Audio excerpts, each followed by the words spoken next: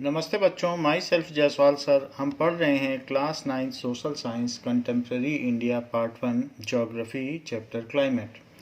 We are in text book questions number 3। Why does the rainfall decreases from east to west. जैसे जैसे हम India के map में आगे बढ़ेंगे तो हम देखेंगे कि जो रेनफॉल का पैटर्न है ये बढ़ने पर, यहाँ से इधर आने पर, ये ईस्ट से वेस्ट आने पर कम क्यों हो जाता है। राजस्थान में बारिश कम क्यों होती है? Because whatever are the winds coming from bay of Bengal से जो आ रही हैं, the rainfall decreases from east to west in northern India.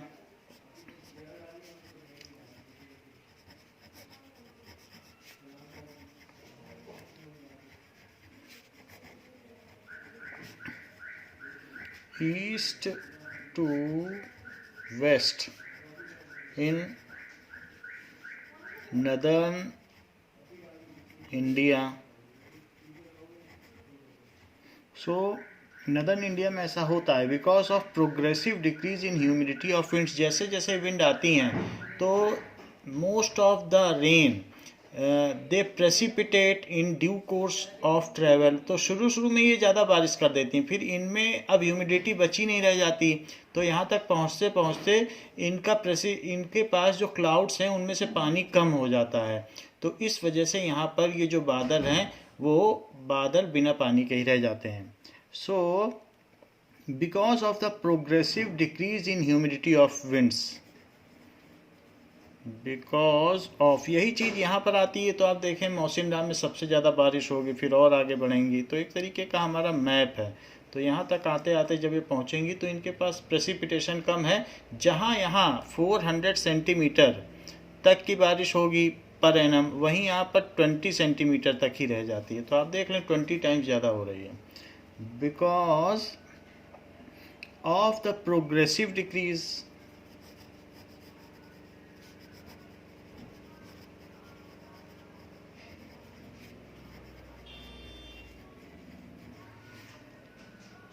in humidity of winds।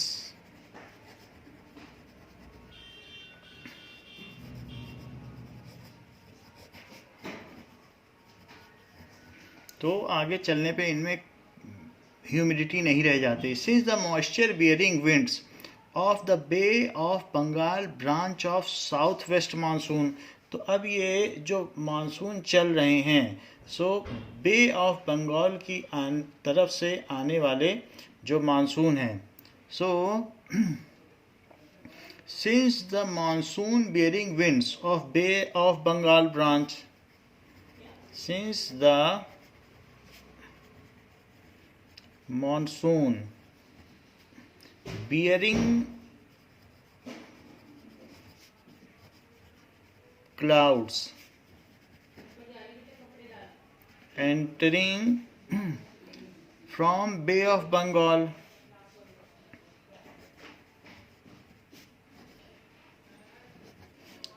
now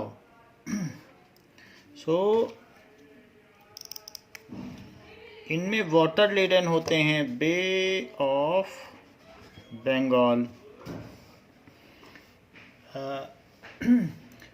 move further and further inland,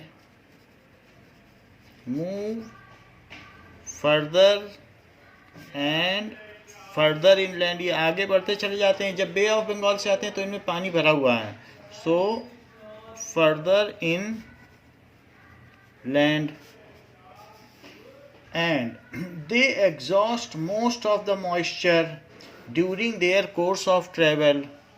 they exhaust, उनका सारा बारिश हो जाता है। they exhaust, खर्च कर देते हैं अपना सारा moisture. most of the moisture during their course of travel।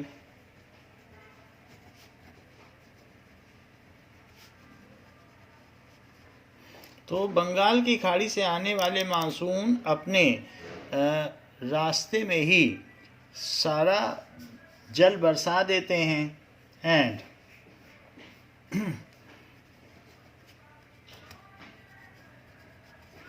after that as a result there occurs a gradual decrease in the amount of rainfall from east to west। तो जैसे जैसे east से वेस्ट जाते हैं तो यहाँ ज़्यादा बारिश करते हैं, फिर इनमें पानी नहीं रह जाता, तो यहाँ राजस्थान में कम बारिश होती है। So as a result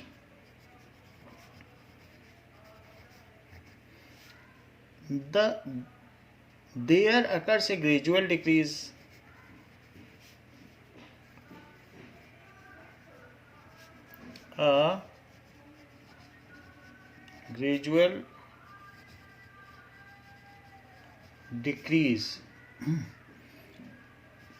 in amount of rain from east to west।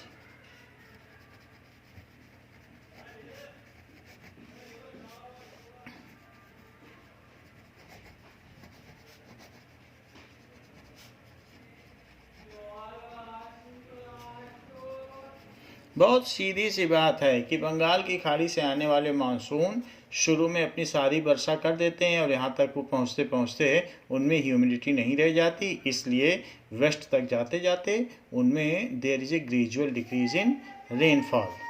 तो बस यही आपको लिखना है।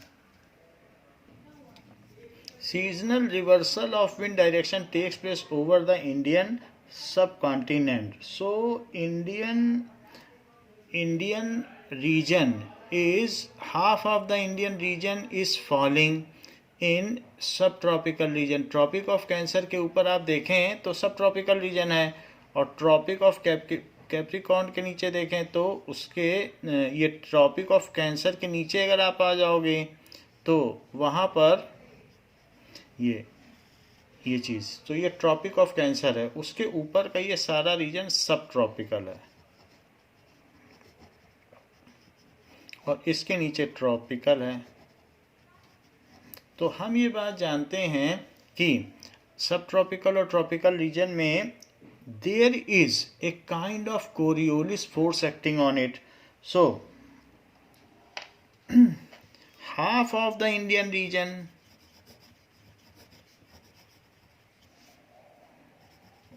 northern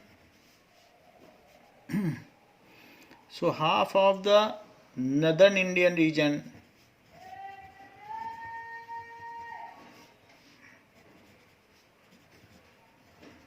सो आप इस तरीके से लिख दें half of the Indian region, जो कि नदर्न पार्ट है।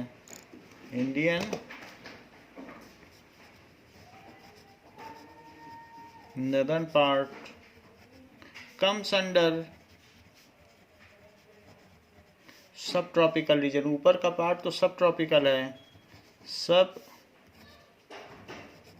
Tropical region, while south India falls under tropical region. So इस तरीके से है। So the reversal of wind for reversal of wind Coriolis force is responsible. For reversal of wind Coriolis force is responsible. Coriolis force इसके लिए responsible है for deflecting winds towards the right, for deflecting winds towards the right. आप ये देख लें, जो north से आने वाली एयर है, तो अर्थ अगर रोटेट कर रही है और आप अपना पेन यहीं रखें तो अर्थ तो रोटेट कर देगी, आपका पेन यहीं रह जाएगा। सो अगर कोई आदमी आ रहा है तो यहाँ से आने वाले आदमी का राइट कहाँ पड़ेगा, तो आएगा तो उससे कहो राइट मुड़ जाओ तो इधर ही मुड़ेगा, लेफ्ट मुड़ो तो उधर मुड़ेगा, क्योंकि उसका राइट हैंड इधर रहेगा तो ये इधर मुड़ गई। और जो साउथ से आ रही है क्योंकि वो तो वहीं रही और अर्थ मूव कर गई, तो उसकी वजह से पेन यहीं रखो और अर्थ को जाने दो, तो पेन आगे, और इस पेन को आगे बढ़ाते जाओ तो ये इधर आ जाएगा। सो इस वाले व्यक्ति के लिए ये अपने लेफ्ट हैंड की तरफ मुड़ा, और इस वाले व्यक्ति के लिए आप इस पेज को मोड़ दें, तो पेज को मोड़ोगे तो आप देख लो ये वाला व्यक्ति जो जा रहा था ये तो अपने राइट मुड़ा, तो नॉर्थ से आने वाली राइट में मुड़ी, जबकि जो साउथ से आने वाली थी वो अपने लेफ्ट मुड़ी। Now so it is responsible for deflecting winds towards the right in northern hemisphere, जो ऊपर का है उत्तरी गोलार्ध। सो टूवर्ड्स राइट, ये टूवर्ड्स राइट मुड़ी है, टूवर्ड्स राइट। अब आप चलते हुए आओ, इधर ही आओगे तभी ये राइट, ये आपका हैंड का राइट है, towards right in northern hemisphere and towards south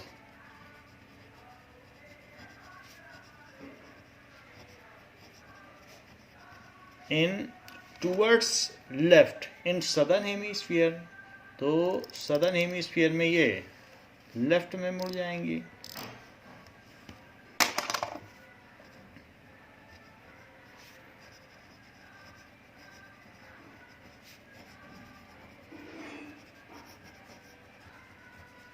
Sphere.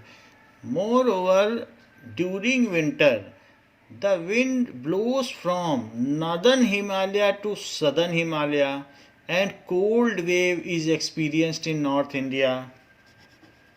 Moreover, जो जेट स्ट्रीम्स हैं वो कैसे फ्लो करती हैं, पीछे हमने देखा था jet streams flowing from northern Himalayas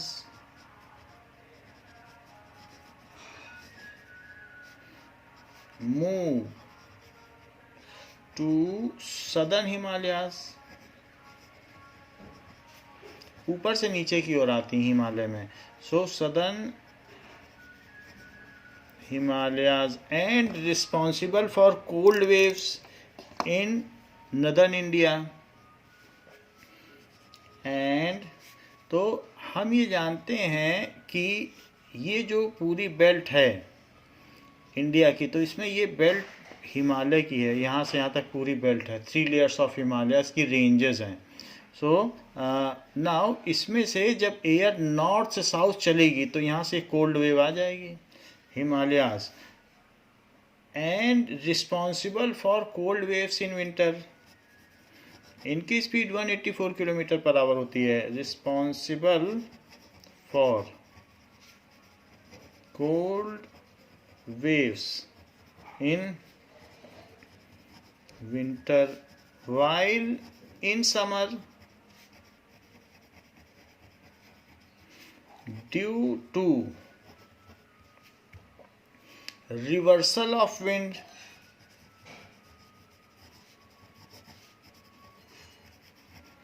from अब साउथ हिमालय से, सो सदर्न हिमालय से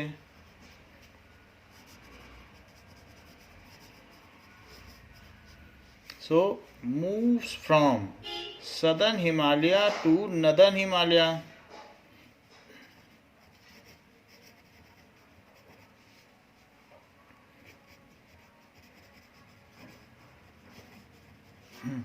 It causes लू, तो जब वो जाएगी तो पीछे से जो लैंड की वार्म एयर आएगी उस जगह को फिल करने के लिए। So warm gusty air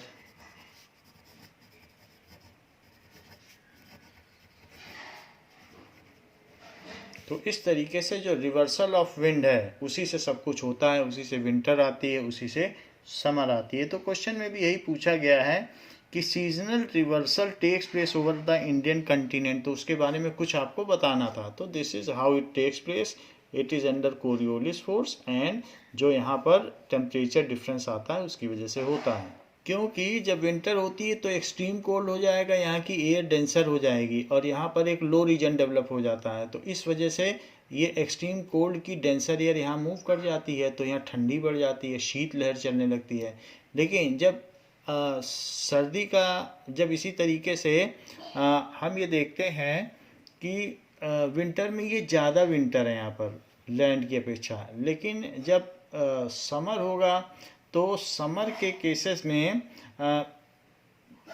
there is a reversal of wind seen, क्योंकि पीछे से जब एक तरीके से बंगाल की खाड़ी से, बे ऑफ बंगाल से एयर आ रही है तो उसको पुश करती है और उसे वापस जाना पड़ता है। पीछे से मानसून लेडन एयर आ रही तो इसे वापस जाना पड़ता है, तो इस वजह से वो गो बैक करती है। तो पीछे से जो एयर आ रही है वो वार्मथ भी है उसमें, तो उससे समर आ जाता है।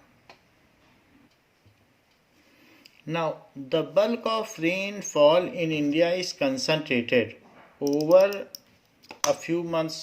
So कुछ ही महीनों में हमारे यहाँ सारी बारिश हो जाती है, तो उसका रीज़न पूछा जा रहा है। By early June,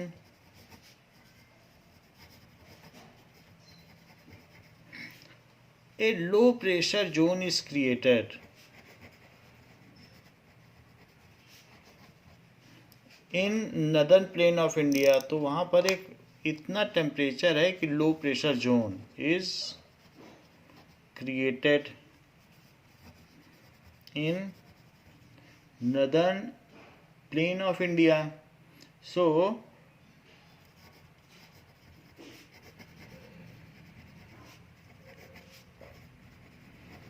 अब इंडिया में ऊपर की ओर तो हिमालयाज है, तो वहाँ से तो साइबेरियन एयर आ नहीं पाएंगी क्योंकि हिमालय एक वॉल की तरह है। तो उस लो प्रेशर जोन को भरने के लिए कौन आएगा? सो नदर्न प्लेन में जो ये लो प्रेशर जोन है, it attracts the trade winds of south hemisphere. It attracts the trade wind. Trade wind those winds होती हैं जो पर्टिकुलर सीजन में चलती ही रहती हैं। सो उनका एक पैटर्न होता है चलने का। तो trade winds in of southern hemisphere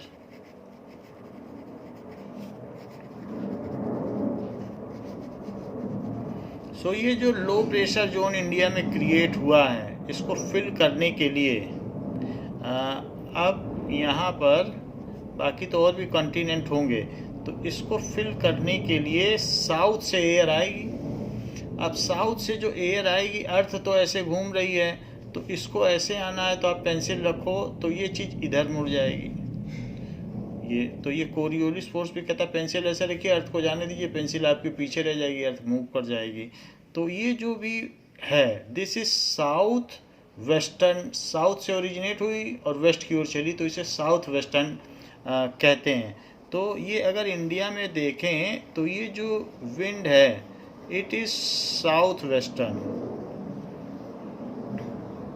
सो यहाँ से ये इंटर करती है, तो फिर यहाँ पर अलग अलग सीजन होते चले जाते हैं। सो विंड ऑफ सदर्न हेमिस्फीयर से चली, दक्षिणी गोलार्ध से।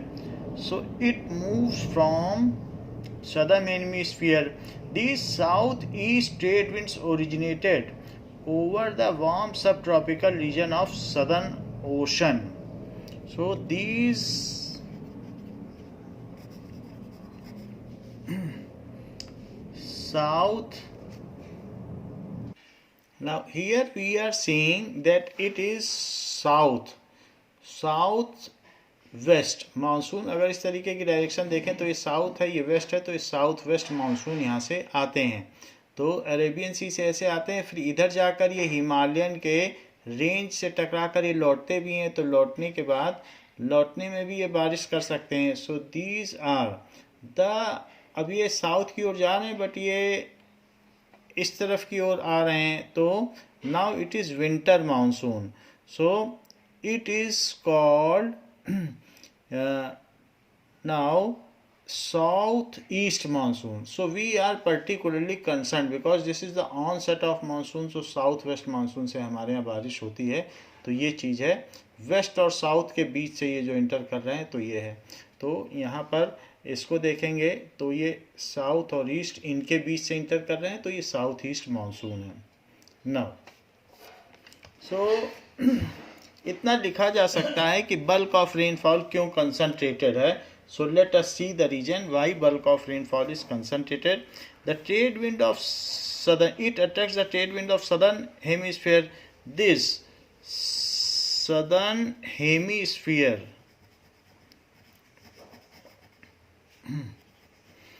trade wind enter India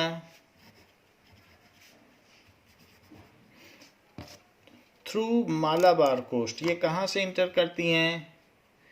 India, ये मालाबार कोस्ट है. थ्रू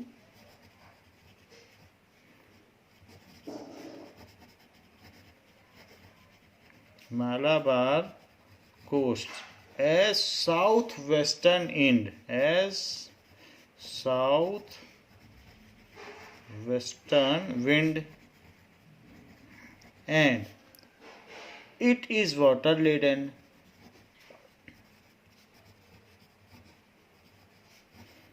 इसमें पानी बहुत होता है. So these winds are strong and blow at an average velocity of 30 kilometer per hour. So water laden as they crosses the warm oceans of equator. क्यों water laden है? As they crosses the, ये south से चली और इनको आना है चलते हुए, यहाँ आना है तो यहाँ पर तो इस तरीके से होता है, तो ये इनका रिवर्सल हो जाता है. यहाँ से साउथ से चली, लेकिन हम जानते हैं कि यहाँ तो इस तरीके से कोरियोलिस फोर्स है, तो इनको यहाँ जाना पड़ता है. तो अब ये साउथ वेस्ट बन गई.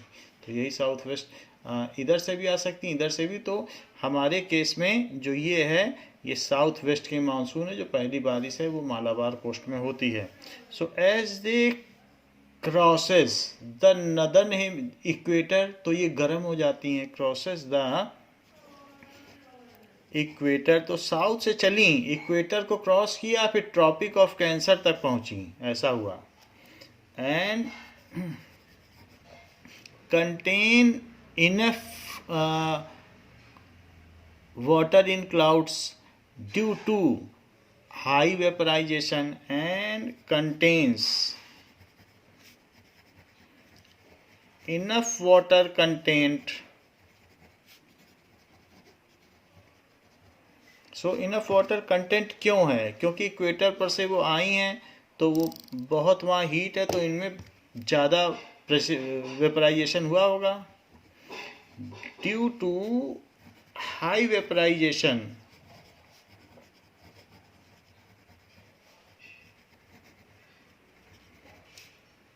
at equator.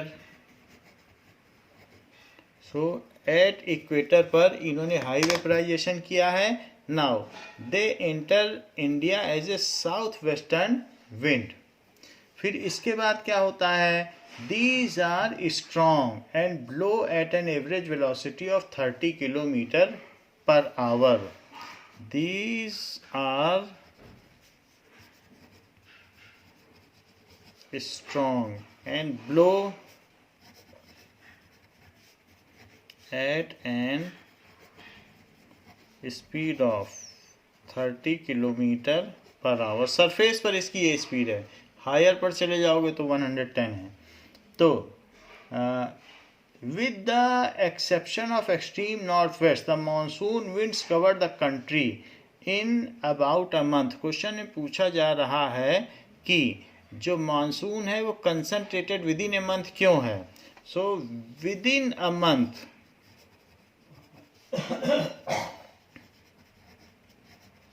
the monsoon is able to cover complete country with this speed. The monsoon is able to cover the complete region या entire region of country within a month. क्यों ये with in a month कर लेगा? क्योंकि लो pressure zone को भरने के लिए आया था and drops most of precipitation in India. and drops most of precipitation in India in June month. June month में ये सब गिरा देता है. So it is rightly said that in India rainfall is concentrated over a few months. It is rightly said that rainfall in India is concentrated over a few months. कहा जा सकता है कि ये जो सदर्न हेमीस्फीयर के पोल से आने वाली विंड हैं तो वो अब इधर मुड़ गई. पहले ये साउथ ईस्ट विंड थी, लेकिन जब ये यहाँ इधर मुड़ गई हेमीस्फीयर को क्रॉस करके, तो उसके बाद अब ये बन गई साउथ वेस्ट. साउथ वेस्ट होने की वजह से अब ये इधर से इंटर कर रही है साउथ वेस्ट की वजह से. तो साउथ वेस्ट की ओर इंटर्स कर रही. मालाबार कोस्ट में सबसे ज़्यादा बारिश की, इनकी 30 किलोमीटर पर आवर की स्पीड होती है और ये इस स्पीड से पूरी इंडिया को, अगर इस स्पीड से मालगाड़ी चलेगी तो यहाँ से यहाँ तक पूरी पहुँच जाएगी. तो इस तरीके से ये पूरा कवर कर लेती हैं और 1 महीने 15 दिन 1 जून से 15 जुलाई तक पूरे इंडिया में बारिश कर देती हैं. And this is the time in which most of the rainfall covers. So the rainfall pattern is concentrated within months of year. Now in next question it is asked, Tamil Nadu coast receives winter rainfall. वहाँ पर सर्दियों में बारिश होती है, तो ऐसा क्यों है? Now the Tamil Nadu coast receives winter rainfall. Let us see why it is happening. So here we are seeing it is due to northeast trade winds. North east है तो जैसे आप समझ लीजिए साउथ वेस्ट, तो यहाँ से आई तो साउथ वेस्ट, साउथ ईस्ट यहाँ से आई तो साउथ ईस्ट, नॉर्थ ईस्ट यहाँ से आई, जहाँ से इंटर कर रही वो रीजन देखा जाता है. तो नॉर्थ और ईस्ट के बीच के रीजन से आई तो नॉर्थ ईस्ट. हर तरफ से विंड आ सकती है. तो साउथ और वेस्ट के बीच के रीजन से आई तो ये साउथ वेस्ट है. साउथ वेस्ट वाली अरेबियन सी से आती है. और अब ये देखो साउथ ईस्ट यहाँ से भी जाती है, तो यहाँ से जो जाएगी वो विंड कौन सी होगी? नॉर्थ ईस्ट, क्योंकि ईस्ट और साउथ के बीच से एंटर कर रही है. तो इसी तरीके से नॉर्थ ईस्ट, नॉर्थ और ईस्ट, यहाँ से भी एयर आती है. साइबेरियन एयर भी हमको मिल जाती है. तो ये जो एयर आती है तो वो थ्रू ओशन तमिलनाडु में जाती है. अब थ्रू ओशन जब तमिलनाडु में जाएगी तो ओशन तो 20 डिग्री है, तो वहाँ से बहुत सारा इवेपोरेशन ले लेगी और बादल कंडेंस हो जाएंगे. फिर जब ये तमिलनाडु में पहुँचेगी तो वहाँ जब ये हिट करेगी, क्योंकि डेक्कन रीजन का एक पोर्शन यहाँ पर भी है डेक्कन प्लेट्यू का, तो ये बहुत ज़ोरदार बारिश करती है तो विंटर में. So this is the north east trade wind entering in India, passes through ocean before reaching Tamil Nadu, and now it becomes water laden because it passes through ocean, and ultimately a downpour, heavy downpour of rain is experienced in Tamil Nadu.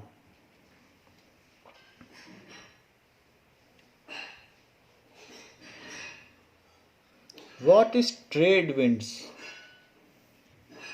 Here's the definition of trade wind. A strong wind that blows all the time towards the equator and then to the west.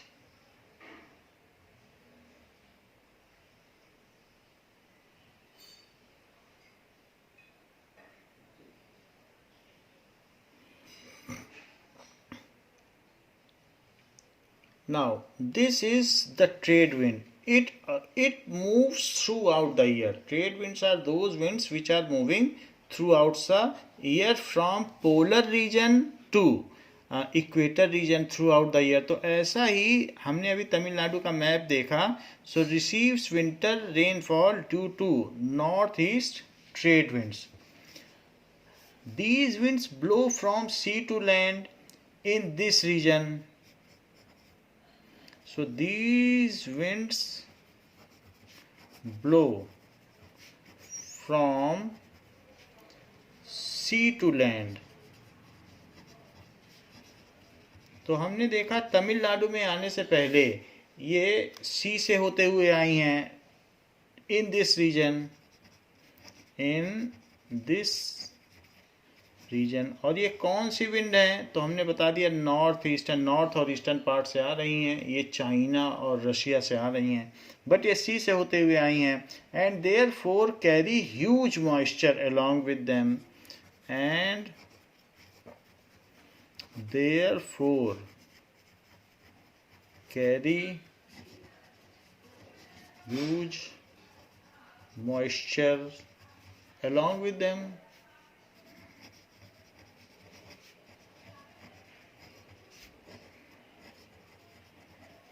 so this moisture is transformed in the winter rainfall. This moisture is transformed in winter rainfall. ऐसा क्यों होता है? क्योंकि उस समय जो Indian peninsula है तो वो तो काफ़ी कोल्ड है, लेकिन इसके ऊपर का जो और रीजन है साइबेरियन रीजन वो और भी कोल्ड है, वहाँ -40 डिग्री सेल्सियस है। और यहाँ पर जो भी है सदर्न पोर्शन तो कम से कम वहाँ पर 35 डिग्री सेल्सियस है, क्योंकि जो तमिलनाडु और ये सब एरिया होते हैं ये ज़्यादा ठंडे नहीं होते हैं। तो यहाँ पर कैसी एयर है? लेस डेंसर एयर है, यहाँ रेयरर एयर है। सो विंटर की बात की जा रही है, during winter. So during winter यहाँ पर तब भी इतना टेम्परेचर है, तो यहाँ डेंसर एयर है साइबेरिया में, डेंसर एयर। तो यहाँ से एयर ऐसे आ जाती है चलते चलते, और यहाँ पर जब ओशन से आएगी इस रास्ते से तो यहाँ पर बहुत सारा प्रेसिपिटेशन ले लेगी वाटर से, और यहाँ पर तमिलनाडु में ये तेज़ी से बारिश करेगी। यही नॉर्थ, चूँकि ये नॉर्थ और ईस्ट के रास्ते आ रही तो नॉर्थ ईस्ट विंड कही जाएगी।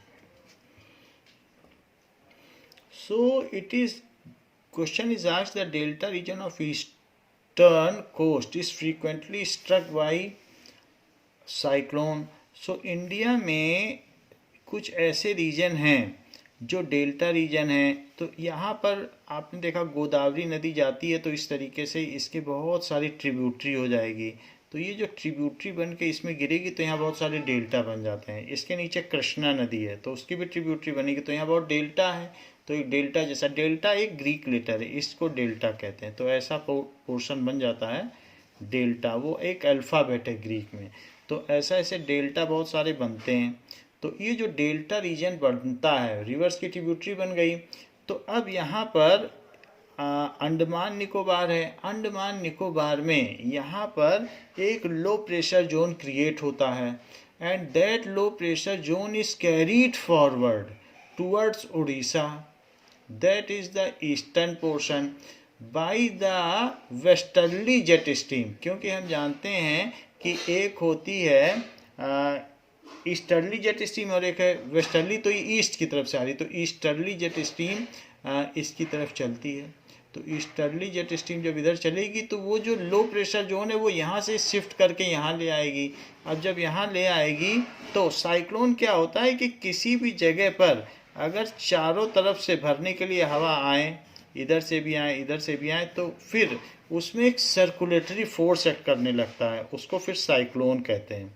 तो इस तरीके से एक चक्रवात हो जाता है, हवा घूमने लगती है। तो वो सब कुछ ये डिवास्टेटिंग होती है, एक डायरेक्शन में नहीं चलती है।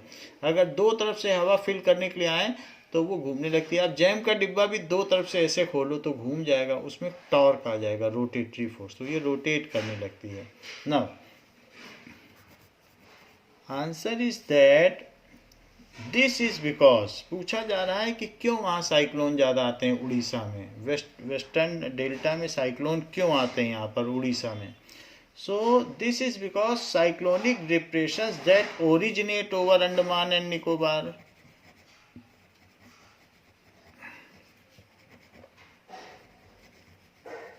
This is because the cyclonic disturbance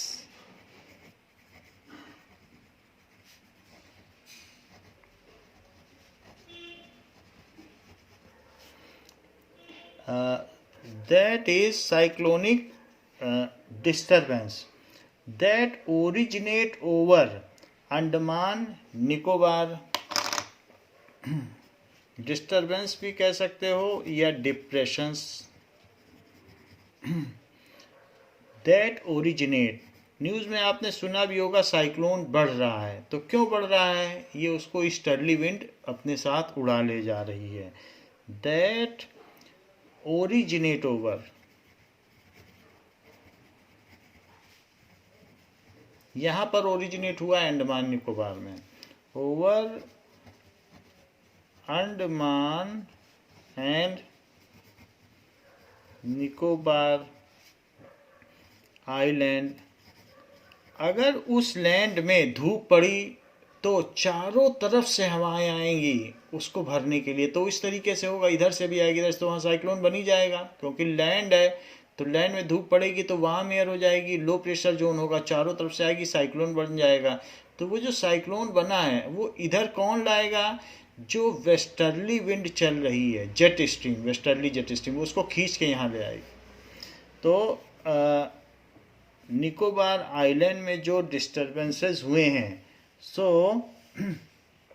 are bought in by easterly jet stream, are उसको brought in by easterly jet stream.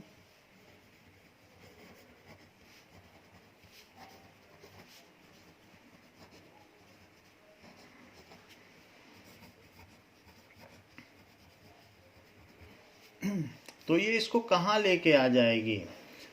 Now over Indian peninsula, Indian peninsula में एग्जाम्पल इन ओडिशा में इसको ले आएगी.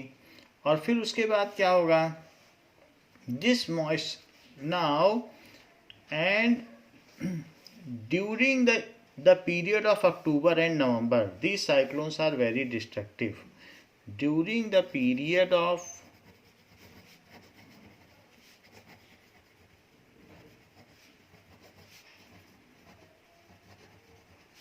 October and November these cyclones, ये हर साल आते हैं, आर वेरी डिस्ट्रक्टिव. सो ऐसे साइक्लोन यहाँ बना था लेकिन वो शिफ्ट होके यहाँ आ गया. Now the question has been asked, the part of Rajasthan, Gujarat and leeward side of Western Ghats are drought prone. So ये वेस्टर्न घाट यहाँ पर दिखाया गया है.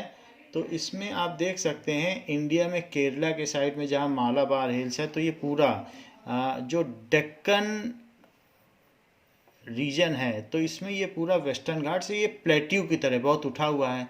और इसकी लीवर्ड साइड क्या है? इसका घाट का ये वाला हिस्सा जो पीछे छिप गया है, जहाँ बारिश नहीं होती उसको लीवर्ड साइड कहते हैं. तो बारिश यहाँ आएगी तो सब यहाँ बारिश कर देगी, उधर तो कुछ भी नहीं बरसेगा. तो वहाँ तो जब पानी पहुँचेगा ही नहीं, तो वो तो लीवर्ड साइड है, तो वहाँ ड्रॉट रहेगा. इसके अलावा राजस्थान और गुजरात, वहाँ पर बारिश क्यों नहीं होती है? क्यों? क्योंकि जो बे ऑफ बंगाल से आने वाले मानसून हैं वो रास्ते में आते आते most of the moisture they lose and ultimately they reach, वो पहुँचते हैं राजस्थान में विद वेरी लेस प्रेसिपिटेशन. तो इसलिए वो ड्रॉट है, वहाँ पर सूखा पड़ा रहता है. और यहाँ सूखा तो इसलिए है कि यहाँ तो बहुत बारिश है लेकिन पानी उधर जा ही नहीं पाता. तो ये जो वेस्टर्न घाट है यही है, यहाँ डेक्कन एक्सप्रेस इसी पे चलती है और इसे डेक्कन प्लेट्यू भी कहा जाता है. तो ये इंडिया का ये पोर्शन जो साउथ का है, जहाँ केरला है, वहाँ पर वेस्टर्न घाट पाया जाता है. सो पूछा गया है कि the parts of Rajasthan, Gujarat and levered side of western Ghat. So India में ये वेस्टर्न घाट से बहुत हाइट है, इसकी जो हाइट है वो 1000 मीटर के करीब है। अब माउंटेन की तो 2000 या उससे ऊपर होती है, और भी ऊपर होती है, 8000 तक चली जाती है माउंटेन माउंट एवरेस्ट की, लेकिन प्लेट्यू 1000 मीटर तक ऊंचे होते हैं। तो ये इसकी लीवर्ड साइड है, ये वेस्टर्न घाट है। दिस इज वेस्टर्न, वेस्ट में है भी सो घाट, तो इससे पानी यहाँ गिरता है तो ये घाट बन जाते हैं। सो दिस इज वेस्टर्न घाट। और ये जो इधर की साइड है वो लीवर्ड साइड है ऑफ वेस्टर्न घाट, तो यहाँ सूखा पड़ा रहता है। पूछा जा रहा है it is because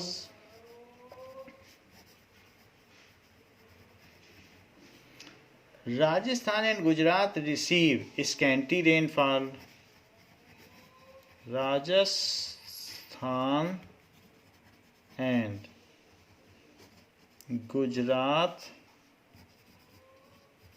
receive scanty rainfall, वहाँ पर बहुत थोड़ी बारिश होती है ड्यूरिंग द रेनी सीजन, इसीलिए वो ड्रॉट पॉर्न है।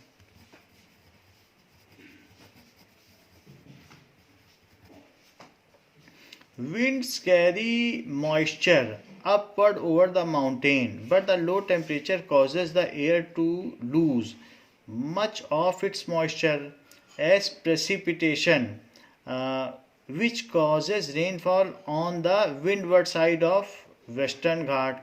तो यहाँ पर बताया गया है कि यहाँ पर क्यों प्रोन है, because the water laden monsoon which enters from south eastern region, so south east, south और ईस्ट के बीच से जो आएगा as south east monsoon, which are water laden, पानी से लदे हुए हैं, so water laden, do much of rainfall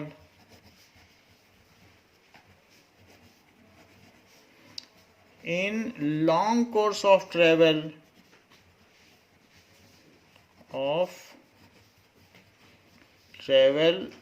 up to Rajasthan and Gujarat,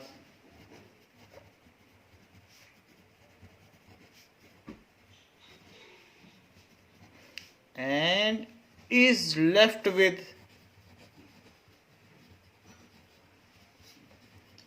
very less moisture content, तो उसमें मॉइस्चर नहीं बचा, moisture content, so there is scanty rainfall, so there is very less precipitation occur या less rainfall occur.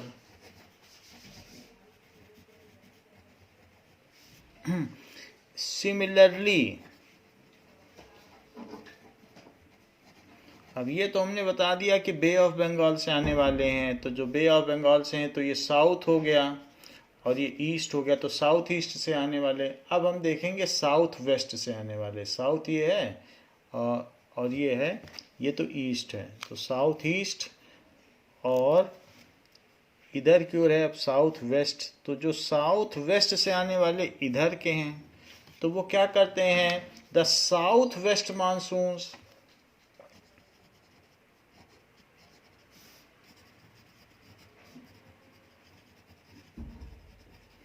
सो वो क्या करते हैं, दे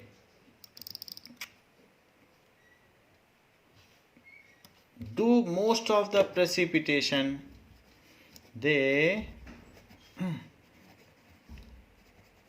most of the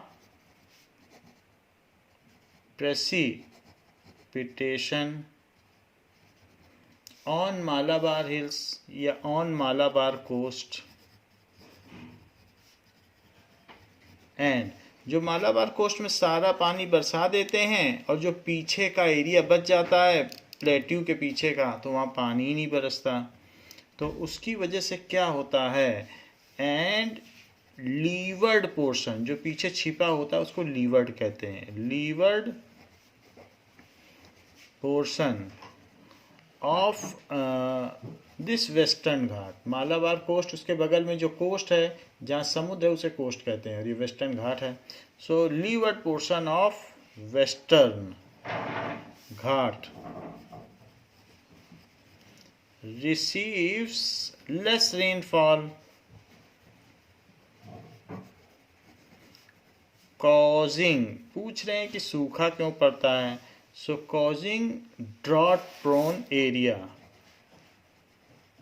drought prone यानी अक्सर वहाँ पर ड्रॉट आया करते हैं तो उसको कहते हैं causing drought prone area।